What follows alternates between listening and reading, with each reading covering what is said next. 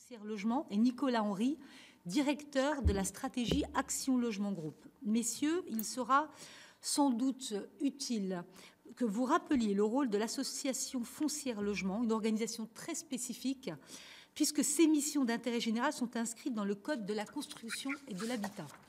Vous pourrez expliquer ces modalités d'action sur les copropriétés dégradées. Combien d'interventions réalisez-vous chaque année? Quelles sont leurs typologies et leurs effets? Identifiez-vous des difficultés particulières? Auriez-vous besoin d'outils supplémentaires que notre commission pourrait promouvoir? Votre particularité est, tout en étant une association investie de missions d'intérêt général, d'être adossée au groupe Action Logement, acteur majeur du logement social et abordable. Que vous apporte ce positionnement? Quelles en sont les limites alors que vos missions ne se limitent pas seulement au logement des salariés? Considérez-vous que le modèle de financement des opérations de redressement des copropriétés est efficace? L'articulation entre les subventions, leur préfinancement et les prêts qui peuvent être octroyés se fait-elle de manière suffisamment rapide et fluide? À ce sujet, de quelle manière êtes-vous impliqué dans la mise en œuvre du plan initiative copropriété et des ORCOD? Ces programmes de grande ampleur parviennent-ils, selon vous, à créer une synergie suffisante entre les acteurs? Nous nous intéressons aussi tout particulièrement aux petites copropriétés parce que jusqu'à présent, elles ont trop souvent échappé à l'attention des pouvoirs publics, justement parce qu'elles sont trop difficiles à repérer. Votre action vous permet-elle de contribuer à leur identification et à leur traitement? Vous pourrez également revenir sur la loi du 9 avril dernier relative à la rénovation de l'habitat dégradé, dont j'étais la rapporteure, et notamment à son article 3 qui étend le champ d'intervention de l'AFL aux opérations d'aménagement ayant pour objet de lutter contre l'insalubrité et l'habitat indigne et dangereux. Enfin, comment le groupe Action Logement se situe-t-il dans l'organisation territoriale d'accompagnement des copropriétés paupérisées en lien avec les agences de l'État, l'ANA, l'ANRU et la NCT, avec également les services déconcentrés, les communes et les EPCI, notamment dans le cadre d'Action Cœur de Ville? Existe-t-il des voies d'amélioration dans la coordination entre tous ces acteurs? Avant de vous laisser la parole chacun pour répondre à ces premières questions, il me revient de vous indiquer que cette audition est diffusée en direct et en différé sur le site internet du Sénat et qu'un compte-rendu sera publié. Je dois également vous rappeler qu'un faux témoignage devant notre commission d'enquête serait passible des peines prévues aux articles 434-13, 434-14 et 434-15 du Code pénal, qui peuvent aller de 3 à 7 ans d'emprisonnement et de 45 000 € à 100 000 € d'amende. Je vous invite donc tous deux à prêter serment de dire toute la vérité, rien que la vérité, à lever la main droite et à dire « je le jure ». Je vous invite donc à lever la main droite et à dire « je le jure ». Je le jure. Je le jure. Merci beaucoup. Messieurs, vous avez donc la parole dans l'ordre que vous souhaitez et ensuite je donnerai la parole à Madame la rapporteure et à mes collègues pour vous questionner également. Commence qui veut, Monsieur Lemeur, Monsieur Henry. Je vais peut-être commencer par situer globalement le groupe Action Logement auquel appartient l'association Foncière Logement. Donc le groupe Action Logement se compose fondamentalement de deux grandes branches, une branche immobilière et une branche servicielle. Évidemment, la Foncière Logement, qui a un peu plus d'une vingtaine d'années d'existence de la partie immobilière. Notre partie immobilière comprend un parc d'environ 1,1 million de logements sur l'Hexagone, les départements et les territoires d'outre-mer, donc un parc très important qui se compose principalement de logements sociaux, de logements également abordables plus largement avec des logements intermédiaires et les logements si particuliers de la foncière sur lesquels Yannick Lemeur reviendra ultérieurement. Concernant la branche service, c'est un service que nous apportons fondamentalement aux salariés, des entreprises cotisantes et éligibles, donc les entreprises de plus de 50 salariés, mais également les entreprises de moins de 50 salariés selon les dispositifs et les modalités de financement. Ces modalités et dispositifs de financement, on peut citer par exemple et mettre en exergue le prêt accession. Ce sont des prêts qui sont apportés aux salariés d'entreprise à taux bonifié, leur permettant de se rendre propriétaires de leur logement. On finance également les politiques publiques, ou nous contribuons plutôt aux politiques publiques avec le financement du renouvellement urbain, c'est-à-dire le fait, et la foncière en fait partie dans une voie opérationnelle, c'est-à-dire le fait d'apporter des prêts et des subventions aux différents acteurs du renouvellement urbain dans les quartiers prioritaires de la ville, ainsi que la participation au programme Action Cœur de Ville sur les quelques 240 communes concernées par ce dispositif mis en place par l'État. Voilà de façon très globale la présentation du groupe. Et parmi les entités qui sont rattachées à Action Logement Groupe, nous avons donc sur la branche immobilière principalement Ali, Action Logement Immobilière, et les 50 filiales qui composent Ali, et cette entité précieuse, particulière et singulière qui est la foncière logement. Et ça me permet de transmettre la parole à Yannick Lemeur, son directeur général. Merci beaucoup, Monsieur Lemeur, que nous ne voyons pas, mais que nous entendons. Je le précise pour ceux qui regarderont cette audition. Merci.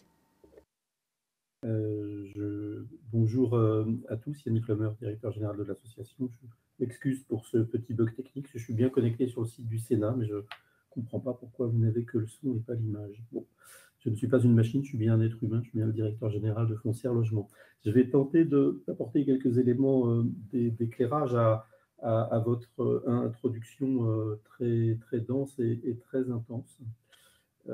Foncière Logement, donc une association loi 1901, jeune, hein, 20 ans l'année dernière, mis en œuvre par les partenaires sociaux et l'État pour répondre historiquement à une question qui était celui du traitement de la mixité dans les QPV et du logement des ménages à faibles ressources dans le cœur des villes.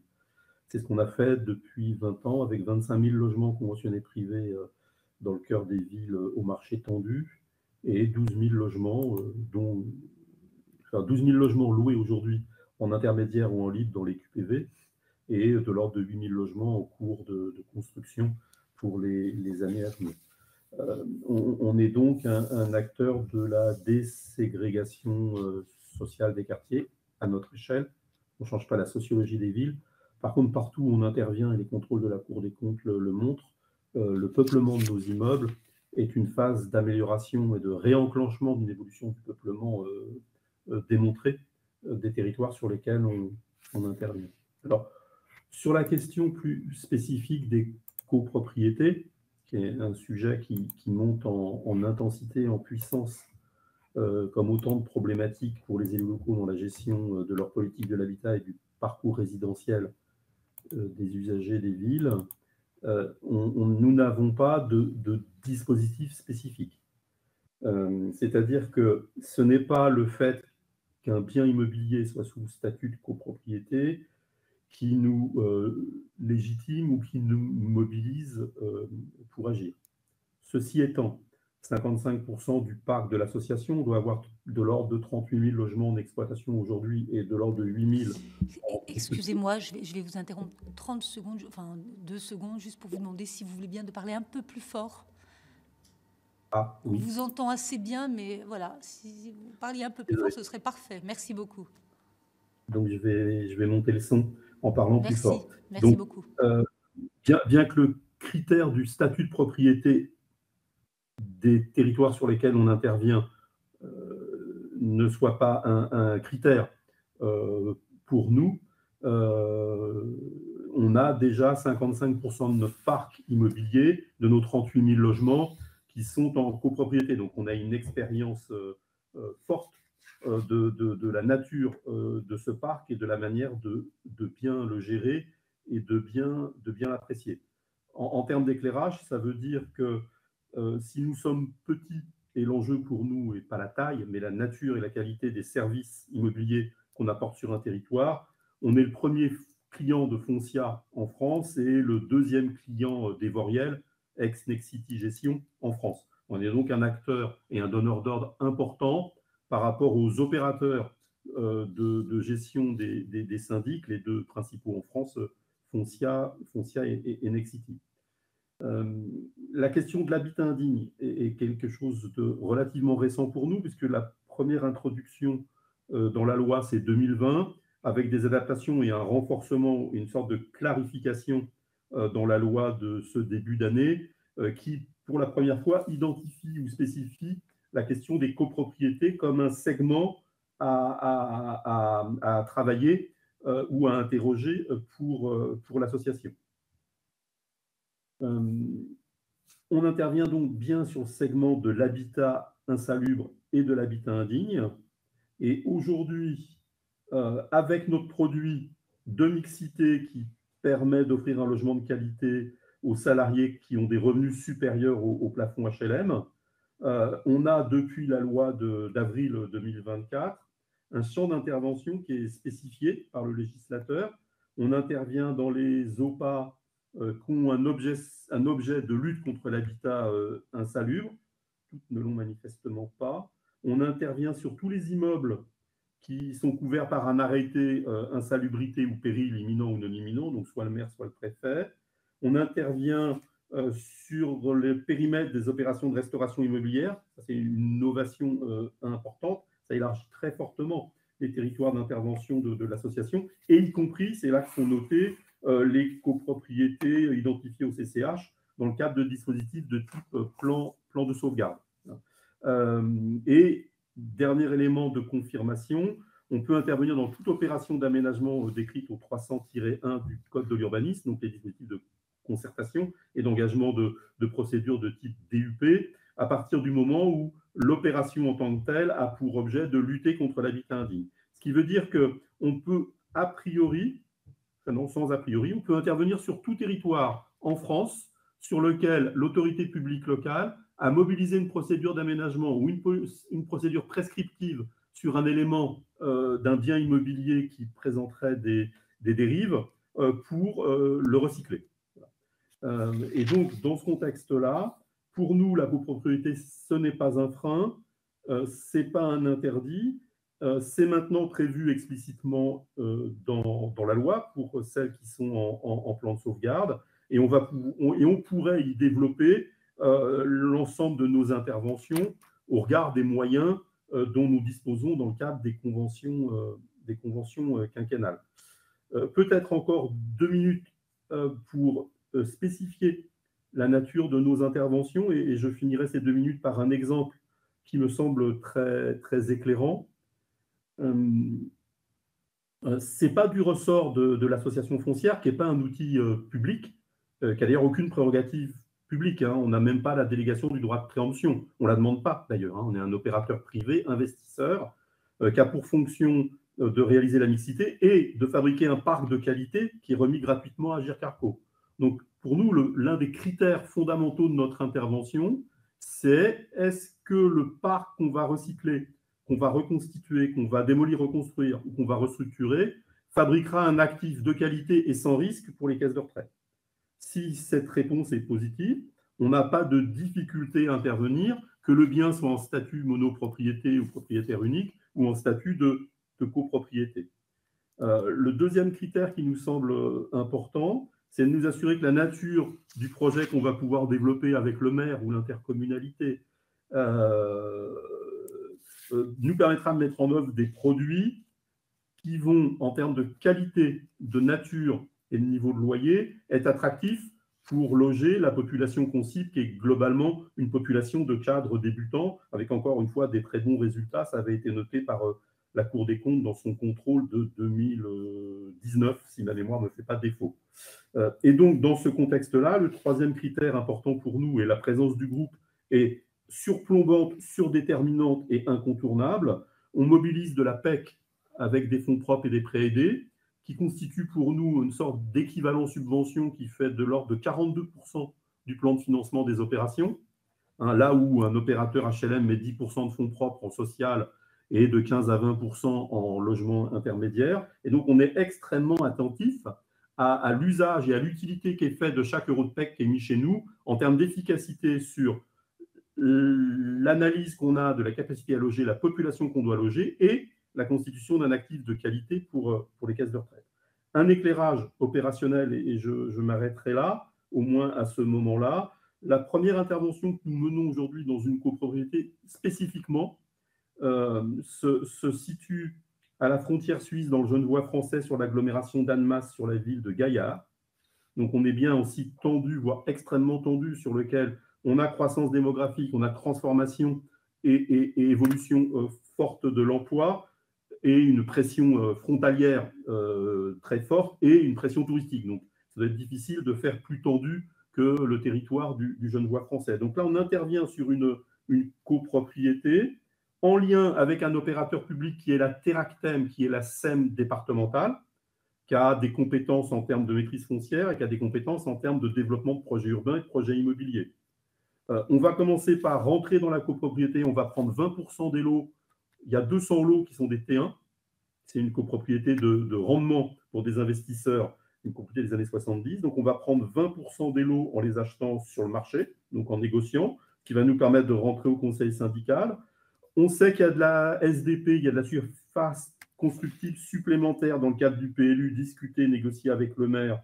Donc, au moment où on va rentrer dans la copropriété, l'accord avec le conseil syndical va nous rendre, dans le cadre d'une négociation qu'on est en train de finir, acheteur privilégié de ces tantièmes supplémentaires de copropriété pour faire 60 logements supplémentaires en densification verticale, en rajoutant 2 étages. Ce qui fait qu'on aura plus de 50% des lots de copropriété ou des tantièmes quand l'opération sera terminée.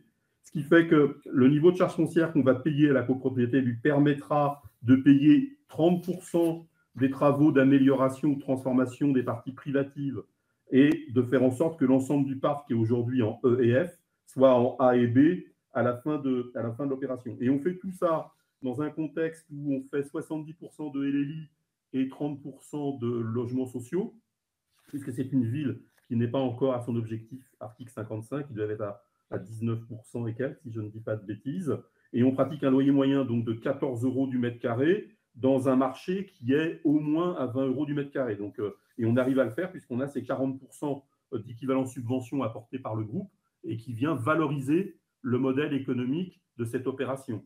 Donc, 1, la localisation, 2, la croissance de l'emploi, la dynamique de l'emploi, 3, le niveau de tension sur les marchés du logement et le besoin réel fait de logement pour les entreprises au bénéfice des salariés, une forte contribution économique de la PEC qui est indispensable, font qu'on est capable d'apporter au maire de Gaillard et à l'agglomération d'Annemasse une opération avec toute certitude de sortie à partir du moment où on aura convaincu le conseil syndical et on est là sur le point le plus dur et le plus délicat.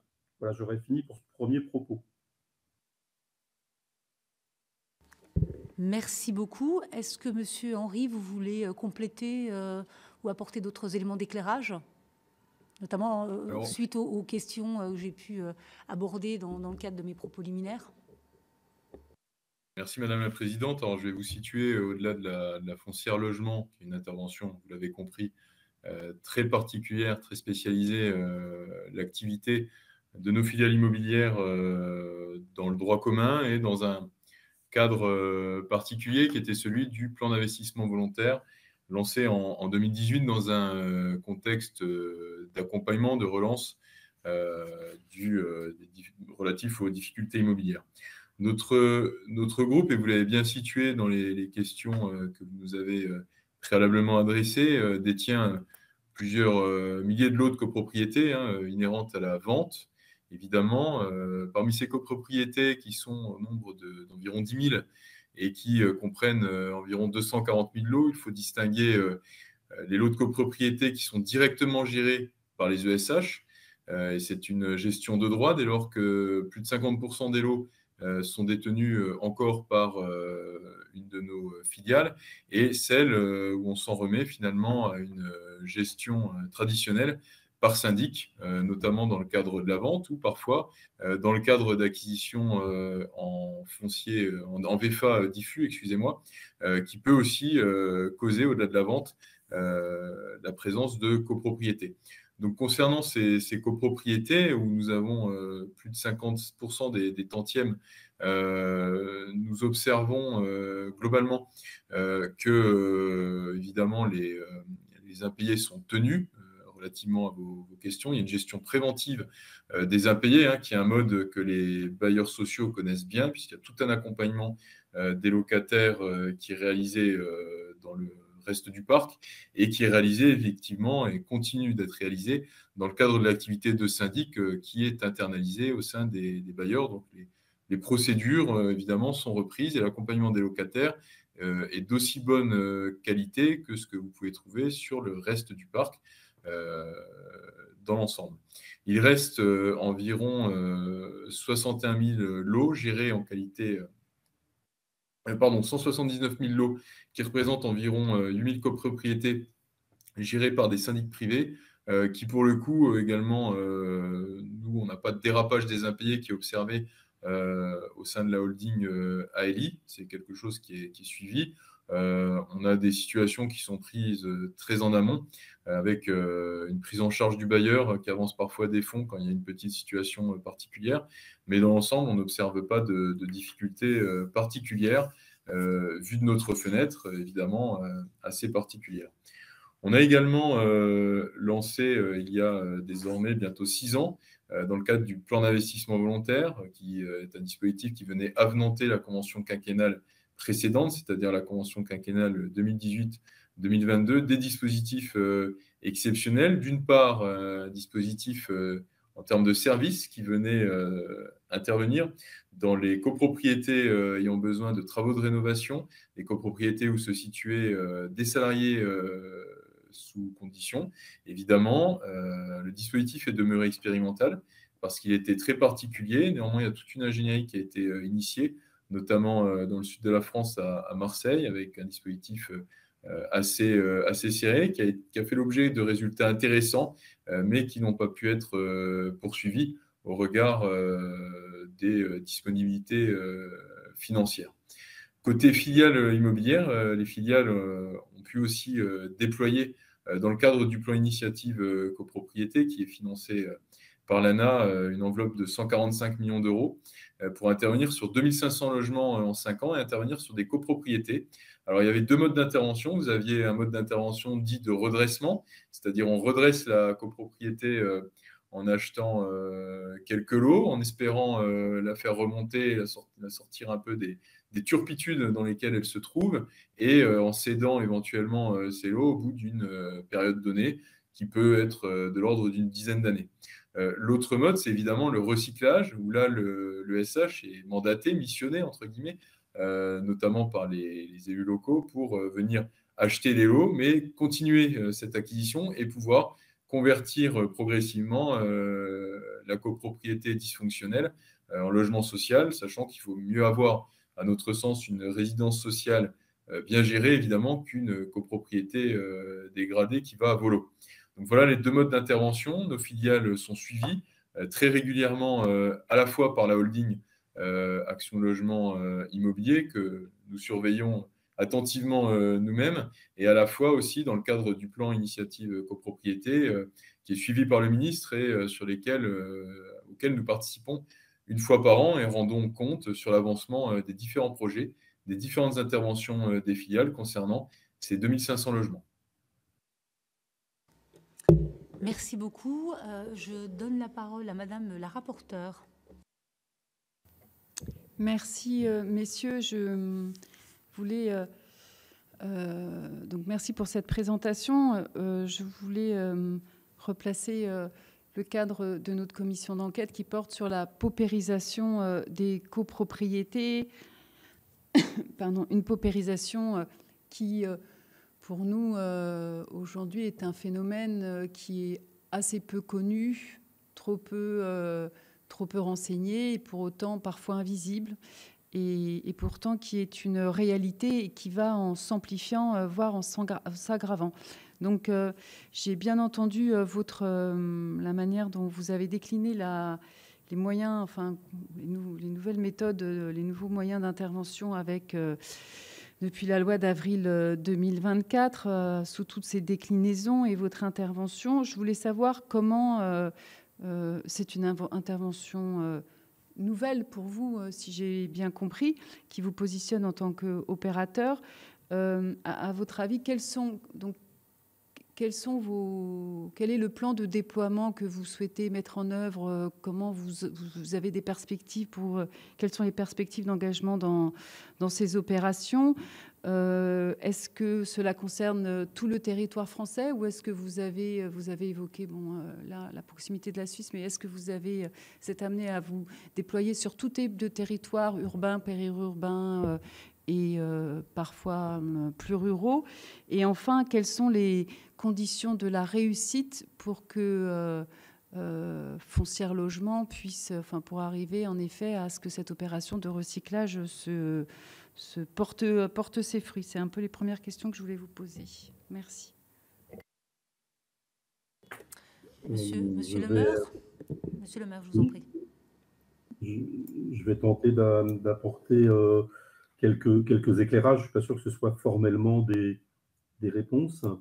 Donc, je pense que la nature des évolutions des copropriétés dégradées qui ont représenté une opportunité de logement pour les ménages aux plus faibles revenus, notamment dans les zones tendues, dès la fin des années 2000, se traduit aujourd'hui par un parc en très mauvais état, parfois en état d'obsolescence, parfois présentant des signes qui obligent la puissance publique à mobiliser l'ensemble des procédures lorsque les biens présentent des périls ou lorsque la dérive complète du modèle économique des copropriétés devient intenable. Donc ça, tout le monde a ce schéma-là bien en tête, et les différents véhicules législatifs qui sont mis en place tout au long du temps ont tenté d'apporter des réponses qui semblaient adaptées. Je crois que le premier élément qu'il faut avoir à l'esprit, c'est le volume à traiter, qui est colossal. Sur la question des moyens, encore une fois, Foncière Logement est un petit objet. On a 38 000 logements. On est capable, en termes d'organisation, de délivrer 1000 logements, 1500 logements par an, et d'en livrer 1000, en livrer physiquement 1000, sur l'ensemble du territoire national. La question des moyens, pour nous, elle s'inscrit dans les conventions quinquennales qui lient le groupe et l'État et qui définit les emplois de la PEC. Convention quinquennale sur 23-27 qui est en place, dont on est au mi-temps, et sur lequel nous, on va s'attacher à faire en sorte que les ressources en PEC qui nous sont affectées soient bien toutes engagées sur des projets de transformation urbain, immobilier et social, notamment sur une partie en copropriété. Les conditions de la réussite, pour nous, et encore une fois, c'est depuis le point de vue de Foncière qui a cette mission de fabriquer un parc qualitatif pour Agirc Arrco et un parc qualitatif pour attirer cette clientèle de jeunes cadres qui a pour caractéristique d'être libre du choix de la localisation de son habitat. S'ils ne veulent pas venir là où on a développé des investissements, on reste avec des logements vacants. Ce qu'on n'a pas, on n'a pas de logements vacants, ou avec une clientèle qui n'est pas tout à fait celle qu'on pouvait cibler. Pour nous, les conditions de la réussite, c'est pour ça que je prenais le projet d'Annemasse à la frontière suisse. Certes, il est provoquant, puisqu'il est aux portes d'un îlot de richesse visible à l'échelle internationale.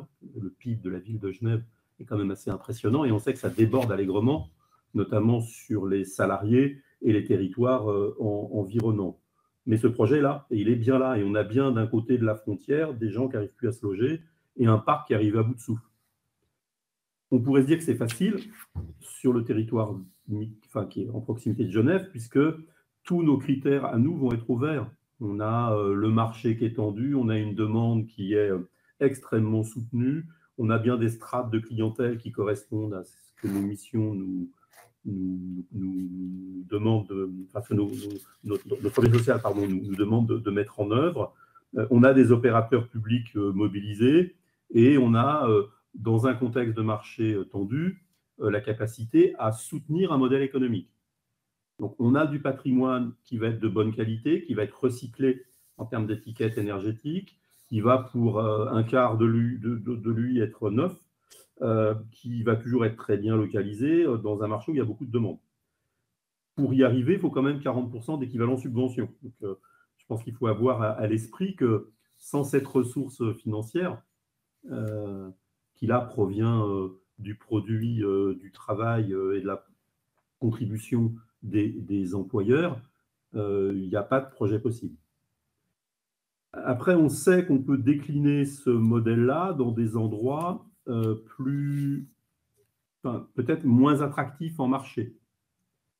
Mais le niveau d'attractivité du marché va rester très surplombant. C'est-à-dire que de notre point de vue, les territoires où il n'y a pas 3 € d'écart, et peut-être 2, si c'est très patrimonial, entre le loyer de marché et le LLI, sont des territoires sur lesquels il va être extrêmement difficile de piloter ce genre de stratégie de reconquête au regard des coûts de transformation qu'il faut piloter et des niveaux de mutation qu'il faut assumer dans la copropriété. Donc on a l'analyse que si les arbres ne montent pas au ciel, faut faire attention à bien les sélectionner un par un et que la question du différentiel de loyer entre le marché et ce qu'on peut produire en LLI ou en PLS pour les territoires un peu moins tendus reste un critère surdéterminant. Après, comme professionnel, et ce n'est pas un jugement de valeur sur les territoires et encore moins sur les politiques de transformation de l'habitat que ceux-ci veulent mener, dans des territoires en perte démographique avec une stagnation de l'emploi, voire une régression de l'emploi, avec des taux d'emploi locaux qui ne vont pas bien et avec beaucoup de parcs vacants, la question de la transformation de la copropriété dégradée me semble difficilement atteignable avec un outil comme Foncière Logement, puisque les critères que j'évoquais en préalable seraient loin d'être réunis et qu'un modèle comme Foncière Logement à mobiliser sur les territoires que je suis en train d'identifier nécessiterait des contributions financières qui sont, à mon avis, hors d'atteinte. Donc voilà, pour essayer de répondre à votre question, on s'inscrit dans la convention quinquennale, donc on a les moyens qui sont dans la convention quinquennale, on est mobilisé pour faire en sorte que 100% de ces moyens-là soient engagés, on fait France entière et on tirera le bilan de cette intervention-là en fin de convention quinquennale. Certainement que ce sujet-là pourrait être un élément d'emploi de la PEC pour une future convention quinquennale qui lierait l'État et Action Logement. Merci beaucoup. Je donne la parole à notre collègue Laurent Burgoa. Oui, merci Madame la Présidente, Madame la rapporteure. Merci messieurs pour vos propos. Moi, j'aimerais revenir à l'intitulé de notre commission d'enquête qui était sur la paupérisation des copropriétés et notamment la présidente et la rapporteure, on a essayé de faire un zoom sur les petites copropriétés. Et donc ma question, messieurs, c'est de dire, est-ce que vous pourriez intervenir sur ces petites copropriétés? Alors, j'ai bien compris la stratégie. En tant qu'ancien adjoint au maire à la rénovation urbaine de Nîmes, je connais toute l'action que vous menez et que je salue dans le cadre des projets en rue, où vous êtes des partenaires importants. Mais là, je pense que notre action, c'est plutôt, quand on dit petite copropriété, on pense automatiquement à ruralité, puisque les petites copropriétés sont plutôt, pas dans les petites communes, ici au Sénat, on n'a même pas cela, mais dans les communes rurales. Donc, est-ce que vous pourriez intervenir? Alors, vous avez partiellement répondu en disant que dans certains endroits, il n'y a pas d'attractivité. Alors, vous savez, au Sénat, ça attire notre attention. Quand on entend ça, tous les territoires sont attractifs, tous les territoires ont leur charme. Après, il faut aussi que les partenaires créent l'attractivité de ces territoires et je pense qu'Action Logement a tout son rôle dans toutes les communes, qu'elles soient rurales ou non. Monsieur Lemeur, peut-être? Ou Monsieur oui, Henry Monsieur Nicolas Henry voulait aussi intervenir. Loin de moi l'idée que la taille d'une commune ou d'un regroupement humain soit la caractéristique principale de la définition de son attractivité. Je me souviens du conseil d'administration de l'ANRU auquel siégeait la DGCL du ministère de l'Intérieur, ouvrant un débat il y a quelques années sur la question de la concentration des moyens de l'ANRU dans une perspective de sortir des quartiers QPV de la géographie prioritaire et faisant la démonstration qu'il fallait se concentrer sur tous les quartiers les plus petits, puisque c'est là que les leviers étaient les plus importants et qu'il y avait le plus grand nombre de chances d'arriver à faire cette transformation d'usage et cette transformation du peuplement. Donc effectivement, nous, comme opérateurs, on n'a pas le tropisme de la taille du projet. J'irais même jusqu'à dire que les grands projets de transformation des copropriétés, je pense aux ORCOD notamment, pour celles sur lesquelles on est mobilisé régulièrement, sont pas les territoires, pour le coup, les plus faciles à faire transformer ou à faire muter. D'ailleurs, sur ces territoires-là, sur les grandes copropriétés, on est plus sur des interventions de démolition-reconstruction, et nous, on va y faire du neuf pour être très différenciant dans ce territoire.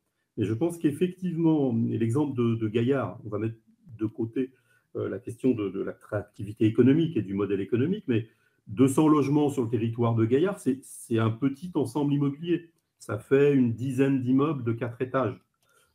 Et donc, je pense que, comme opérateur, cette taille d'opération est une très bonne taille d'opération, puisque c'est sur un parcellaire, c'est défini, c'est un petite entité immobilière et foncière et économique à l'intérieur d'une ville. Ça a ses propres équilibres.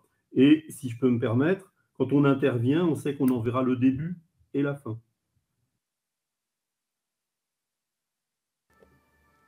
Merci beaucoup. Monsieur Henry, des éléments pour compléter ou pas forcément?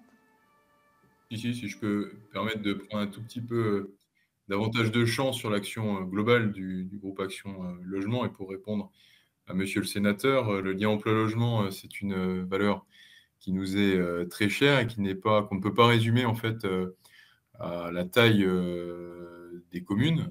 Effectivement, nous intervenons sur l'ensemble des communes de France. Notre groupe, 45 filiales ESH et 5 filiales INLI, plus la foncière, interviennent dans toutes les localités indépendamment de leur taille, mais au regard d'un critère unique qui est malgré tout le lien emploi-logement, c'est-à-dire la capacité pour les salariés d'accéder facilement aux aménités et notamment aux lieux d'emploi. Et dans ce cadre-là, au regard de l'effort de relocalisation et de réindustrialisation, des zones qui sont aujourd'hui considérées comme étant en déprise sont évidemment adressées par le groupe, notamment potentiellement dans le cadre du traitement de copropriété, mais également par d'autres leviers serviciels qui ne sont pas l'objet de votre commission, mais que nous avons à disposition pour déployer.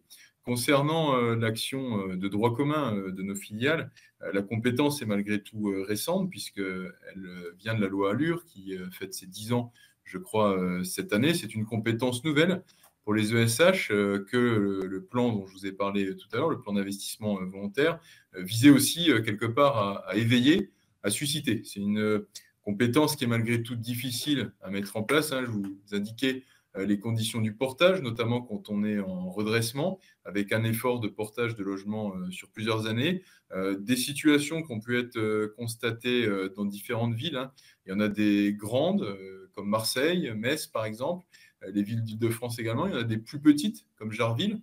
Pour l'instant, on est plutôt dans des milieux urbains par rapport aux 2500 logements qui ont été retenus et des situations assez délicates, parfois par rapport aux communes qui ne souhaitent pas forcément davantage de logements sociaux sur site, qui privilégient aussi d'autres acteurs, ou ont considéré les copropriétés sur lesquelles avait été fléché le groupe Action Logement en lien avec l'État et l'ANA comme n'étant pas spécialement prioritaires. D'autres aussi difficultés à souligner, notamment des emprises mafieuses dans certaines copropriétés, qui nous rendent la tâche difficile et nécessitent une coordination avec les services de justice et de police compétents pour avoir une action totalement cohérente. Donc voilà, c'était à la fois pour préciser le cadre d'intervention et l'intérêt du groupe sur l'ensemble des territoires, d'une part, et d'autre part, vous indiquer finalement le caractère à la fois récent, difficile et presque contre nature de la compétence pour les ESH, puisque tout ce que ne voulait pas une ESH ancienne version, c'était une copropriété dégradée. Déjà une copropriété, puisque le modèle de base de l'ESH, entreprise sociale de l'habitat, c'est bien sûr la pleine propriété. La VEFA a été quelque part une école de la copropriété. La vente également, comme nous l'avons situé précédemment. Et par ailleurs, le fait de dégrader un patrimoine qu'on est censé conserver, contrairement à des promoteurs, contrairement à des investisseurs, de garder sur une durée longue pour pouvoir garder les meilleures relations avec nos locataires, avec les villes, avec les riverains.